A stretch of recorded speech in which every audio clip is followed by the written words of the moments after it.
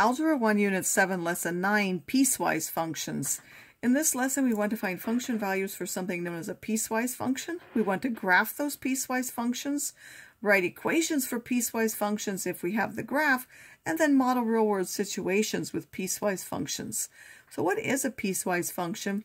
It's when you have different rules for different parts of the domain. So on one part it might be one line, another part it could be a quadratic, it could be a horizontal line, it could be a vertical, well, it can't be a vertical line because that wouldn't be a function, but it could be any sort of function in a different piece. The absolute value is one function where it is a piecewise. We've never looked at that, but we know that one piece is the line y equals minus x and the other piece is y equal to x.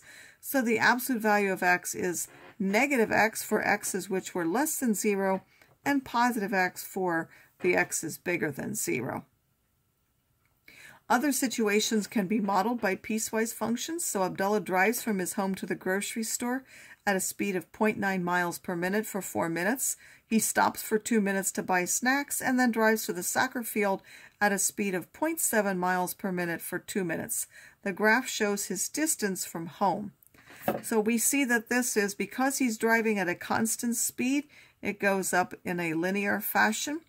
He did that for 4 minutes, and then he stops for 2 minutes, so he's not moving. He's at the same distance from his home.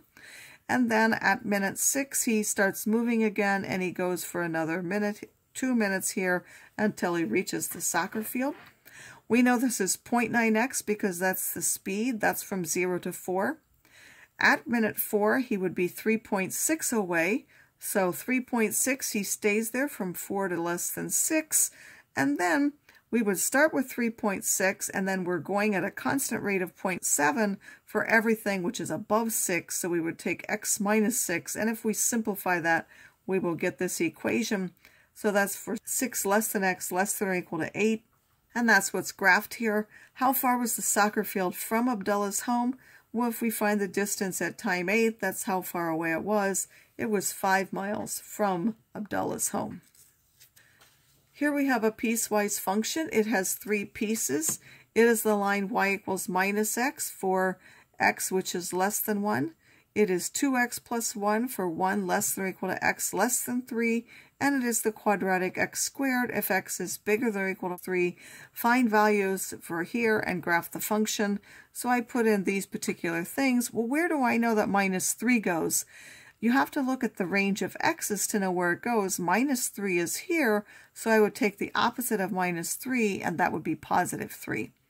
At minus 1, it's also in this range of values. It's less than 1, so I use the opposite of minus 1 and get 1. 0 in that range, I take the opposite of 0 and get 0. And then at 1, 1 now switches to this one, so I'm now going to use this definition.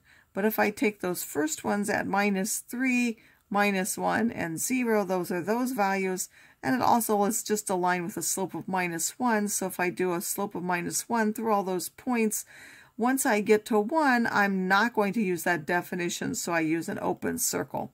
For 1, I'm going to graph the line 2x plus 1, so I have a y-intercept of 1. I don't start at the line where it is, I have to start still at the y-axis. I'm just not going to include all of the line. And then I have a slope of 2. I go up 2 and right 1, up 2 and right 1, up 2 and right 1, and that would be this entire line. But I'm only going to keep it between the x values of 1 and 3. It includes it for 1 and it doesn't for 3, so that would be that line. If I look at the values, 1 is in this range, so I would take 2 times 1 plus 1 gives me 3. So at 1 it should be at 3, which it is. At 2, which is also in this range, I take 2 times 2, which is 4, plus 1 is 5. And at 2, it is at 5. So my graph matches what I get for my functions. 3 and 4 are both in this range, so I have to square those. For 3, I get 3 squared, which is 9. And for 4, I get 4 squared, which is 16. So at 3 it goes up till 9, and then at 4 it goes up till 16, and I know that that's curved. Again, it's not the whole quadratic function, which is this, it's only the part which is to the right of 3. One common piecewise function used in math examples is something called the greatest integer or floor function, which is a step function, meaning each pieces are constant. It gives the greatest integer, which is less than or equal to a number. So if you have a fraction between 0 and 1, it just gives you 0. If you get something, say, between 1 and 2, like 1.5, 1.2, 1.5, those will all become 1. That's the way the step function works. It's sometimes called the floor function because you'd go down to the smaller value. So the minus 2.5, it's in between minus 3 and minus 2, so we go down to the minus 3. Minus 2 is already an integer. It will just give you minus 2. Minus 1.7 is in between minus 2 and minus 1. So again, you take the one which is smaller than it, which is minus 2. 0 is already an integer, so you just get 0. 0.5 is in between 0 and 1, so you take the one smaller than it, which is 0. 1.3, which is in between 1 and 2, you take the smaller, which is 1. 2 isn't already an integer, so you get 2. 3.4 is in between 3 and 4, so you take the one less than it, which is 3. For negatives, it looks like the number will be bigger because the bigger the negative, the smaller it is, whereas for positive numbers, you'll actually look like you're going down. As our last example, we have a graph and we want to write a piecewise function for that graph. And then we're also asked to find the values of f of minus 4 and f of 4. Well, this piece here, which is to the left of 1, so x is less than 1, is a horizontal line at minus 2. So instead of writing y equals minus 2, we write the y1s, or f of x, and then we put the minus 2, and then it's less than 1. For this one, we would have to find where this line went. It is going down 3 and left 1, down 3 and left 1. That would have a y-intercept of minus 2, and the slope is 3, so that would be 3x minus 2. It's only for values that are bigger than or equal to 1 because the 1 is included here.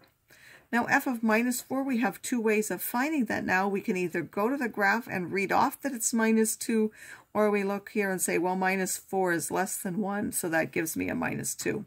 For 4, we can go to the graph and read it from the graph. It is 10. Or because 4 is more than 1, it comes from the second definition.